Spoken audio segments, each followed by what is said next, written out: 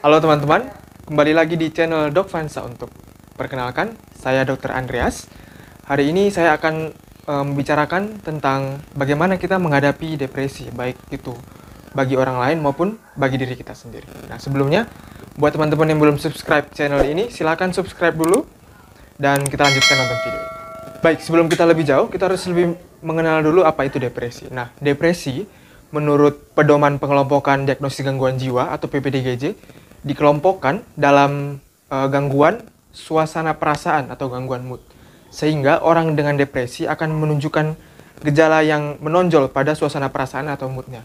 Nah, depresi ini akan ditandai dengan orang akan merasa sedih, kehilangan minat akan hal-hal yang sebelumnya dia sukai, dia akan mudah lelah, perasaan bersalah, akan merasa dirinya tidak berguna, bahkan mungkin akan jika sudah pada fase yang lebih parah akan timbul gagasan pada dirinya, yaitu gagasan untuk bunuh diri. Nah, depresi ini berbeda dengan stres biasa atau dengan keadaan kita berduka cita biasa. Kenapa demikian? Karena misalnya peristiwa-peristiwa sehari-hari seperti kita kehilangan orang dekat, atau kita tidak lulus ujian, atau kita diputusin pacar. Nah, peristiwa-peristiwa seperti itu pasti akan membuat kita merasa sedih. Tapi pada orang yang depresi, perasaan sedih, perasaan mood yang terdepresi, mood yang rendah ini akan berlangsung selama 2 minggu, minimal selama 2 minggu, dan itu konstan, dan perasaan terpuruknya itu sangat-sangat terpuruk. Saat seseorang mengalami depresi, dia akan merasa dirinya sendirian, dia akan merasa dirinya tertekan, dan karena stigma kita masih salah terhadap depresi, kebanyakan orang depresi ini akan makin memendam perasaan sedihnya ini, sehingga justru yang dibutuhkan bagi orang depresi ini untuk curhat, untuk bersama dengan orang lain, karena stigmanya masih jelek, dia takut dianggap gila, dia takut dianggap lemah atau dan lain sebagainya, dia malah mengurung diri. Nah, lingkaran itu yang makin membuat depresinya ini makin menjadi-jadi, dan justru depresinya ini makin berkepanjangan.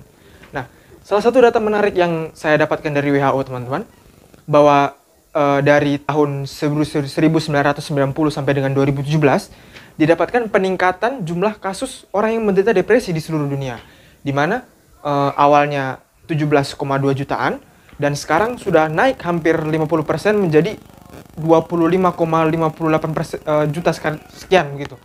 Jadi meningkat. Nah, apa sih sebenarnya penyebab depresi ini? Nah, depresi ini banyak teorinya, teori penyebabnya. Nah, bisa disebabkan oleh pertama karena ketidakkeseimbangan, karena teori biologis, artinya karena ketidakseimbangan neurotransmitter di dalam otak kita, atau yang kedua karena masalah psikososial, artinya itu tadi seperti saya bilang, misalnya keadaan-keadaan lingkungan sekitar, ada stres, ada bullying yang kita terima. Nah, itu yang bisa mencetuskan terjadinya depresi. Lalu yang ketiga bisa karena kepribadian orang tersebut. Dan juga yang keempat karena faktor genetik. Nah, faktor genetik di sini maksudnya adalah misalnya kita memiliki keluarga yang memiliki riwayat depresi, kita lebih beresiko untuk terkena depresi jika terpapar oleh stres-stres tadi yang saya bilang. Misalnya kegiatan suatu peristiwa yang sangat menekan batin kita, nah kita itu bisa lebih beresiko. Nah, lalu apa yang bisa kita lakukan ketika teman dekat kita atau orang dekat kita mengalami depresi atau kita mengalami depresi? Nah, yang pertama, kita bisa melakukan olahraga ataupun makan makanan gizi seimbang. Nah, ternyata kedua hal ini bisa meningkatkan mood kita. Yang kedua yaitu mulailah dengan diri sendiri, bagaimana kita mengubah cara pandang kita terhadap suatu kegagalan. Nah, apa yang saya maksudkan yaitu let it go. Nah, mungkin memang sakit pada awalnya kita menghadapi kegagalan, dan itu adalah respon yang normal. Misalnya kita menghadapi suatu kegagalan, kita sedih, kita sakit hati, kita merasa down, itu adalah respon yang normal. Tapi let it go, ikhlaskan. Nah, let it go atau ikhlaskan yang saya maksud di sini adalah bukan berarti kita malas-malasan, kita tidak mau berusaha dan lain sebagainya, bukan ya. Artinya kita tetap berusaha, kita tetap berikhtiar, tapi kita ikhlaskan hasilnya nanti sebagai suatu pembelajaran supaya kita menjadi lebih baik nantinya. Nah, lalu yang ketiga, jangan ragu untuk meminta bantuan ke orang lain, ke orang tua, ke sahabat-sahabat yang kita percaya, atau bahkan ke profesional seperti psikolog ataupun psikiater. Nah, kita pergi ke psikolog, psikiater Untuk kita curhat dengan orang lain itu bukan berarti kita gila ya teman-teman.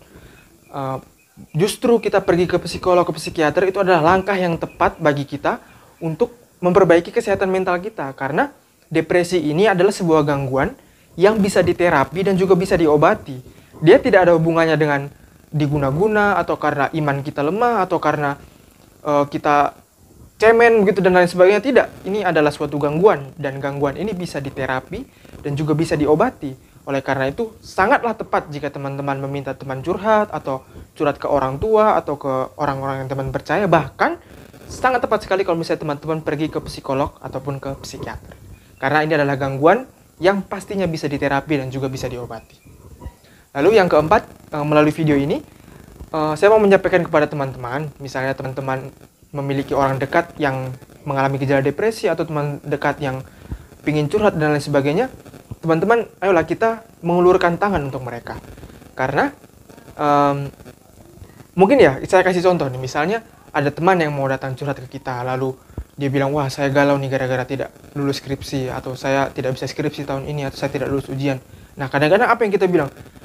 Lu nih hanya begitu, itu cemen itu, masalah ini lebih besar dari itu, gitu. Masalah saya lebih besar dari itu.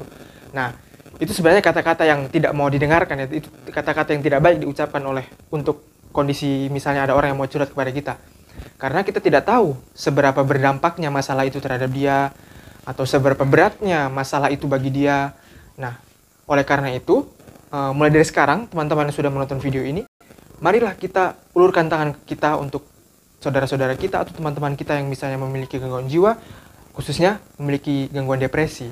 Karena dengan kita mengulurkan tangan atau dengan kita minimal menjadi tempat curhat atau tempat cerita, kita sudah memenuhi salah satu kebutuhan dasar dia, yaitu sense of belonging atau perasaan untuk diterima. Dan dengan begitu, orang yang depresi ini akan merasa dirinya tidak sendiri, di mana merasa sendiri itu adalah salah satu masalah dari orang depresi. Jadi, mulai dari sekarang, mari kita lebih peduli lagi kepada orang-orang sekitar kita yang mungkin mengalami gejala depresi, sehingga dengan begitu kita lebih bisa meringankan beban mereka. Dan jangan ragu-ragu untuk mensupport mereka untuk memeriksakan diri lebih lanjut ke psikolog ataupun ke psikiater, karena itu merupakan langkah yang tepat untuk memperbaiki kesehatan mental kita.